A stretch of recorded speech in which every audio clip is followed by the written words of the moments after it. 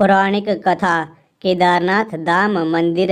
हिंदू धर्म में हिमालय की गोद में बसे केदारनाथ धाम को 12 ज्योतिर्लिंगों में से एक माना गया है। हिंदू पुराणों में साल के करीब 6 महीने हिम से ढके रहने वाले इस पवित्र धाम को भगवान शिव का निवास बताया जाता है। ऐसा माना जाता है कि यहाँ भगवान शिव त्रिकोण शिवलिंग के रूप में हर समय विराजमान रहते हैं। महाभारत में इस धाम से जुड़ी इस कथा के बारे में वर्णन मिलता है, जिसमें यह बताया गया है कि यहाँ पांडवों को भगवान शिव ने साक्षात दर्शन दिए थे, जिसके बाद पांडवों ने यहाँ इस धाम को स्थापित किया। धार्मिक ग्रंथों में वर्णित कथा के अनुसार महाभारत युद्ध में विजय के पश्चात पांडवों में सबसे बड़े युधिष्ठिर को हस्तिनापुर का नरेश के रूप में राज्याभिषेक किया गया। उसके बाद करीब 4 दशक तक युधिष्ठिर ने हस्तिनापुर पर राज किया। इसी दौरान एक दिन पांचों पांडव भगवान श्री कृष्ण के साथ बैठकर महाभारत युद्ध की समीक्षा कर रहे थे।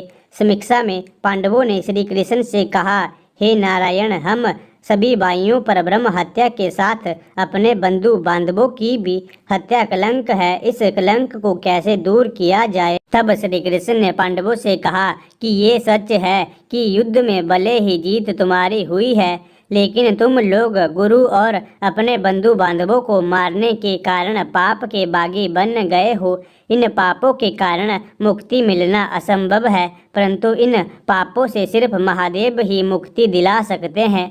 अतः महादेव की शरण में जाओ। उसके बाद श्री कृष्ण द्वारिका लौट गए। उसके बाद पांडव अपने पापों से मुक्ति के लिए चिंतित रहने लगे और मन ही मन सोचते रहे कि कब राजपाट को त्याग कर शिव जी की शरण में जाएं। उसी बीच एक दिन पांडवों को पता चला वासुदेव ने अपना शरीर त्याग दिया है और वे अपने परमधाम लौट गए हैं। यह सुनकर अब पांडवों को भी पृथ्वी पर रहना उचित नहीं लग रहा था।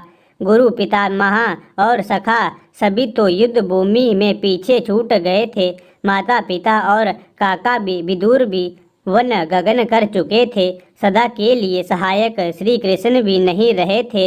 ऐसे में पांडवों ने राज परीक्षित को सौंप दिया और द्रौपदी समेत हस्तिनापुर छोड़कर शिवजी की तलाश में निकल पड़े। हस्तिनापुर से निकलने के बाद पांचों भाई और द्रौपदी भगवान शिव के दर्शन के लिए सबसे पहले पांडव काशी पहुँचे, पर वे उन्हें वहाँ नहीं मिले। उसके बाद उन लोगों ने कई और जगह पर भगवान शिव को खोजने का प्रयास किया, परंतु जहाँ कहीं भी ये लोग जाते शिवजी वहाँ से चले जाते। इस क्रम में पांचों पांडव और द्रौपदी एक दिन शिवजी को खोजते हुए हिमालय तक आ पहुँचे। यहाँ भी जब शिवजी ने इन लोगों को देखा तो वे छिप गए, परंतु यहाँ युधिष्ठिर ने भगवान शिव को छुपते हुए देख लिया। तब युधिष्ठिर ने भगवान शिव से कहा, हे प्रभु, आप कितना भी छुप जाएं, लेकिन हम आपके दर्शन किए बिना यहाँ से नहीं जाएंगे। और मैं ये भी जानता हूँ आप इसलिए छिप रहे हैं क्योंकि हमने पाप किया है। युधिष्ठिर के इतना कहने के बाद पांचों पांडव आगे बढ़ने लगे। उसी समय एक बैल उन पर झपट पड़ा। यह देख भीम उससे लड़ने लगे।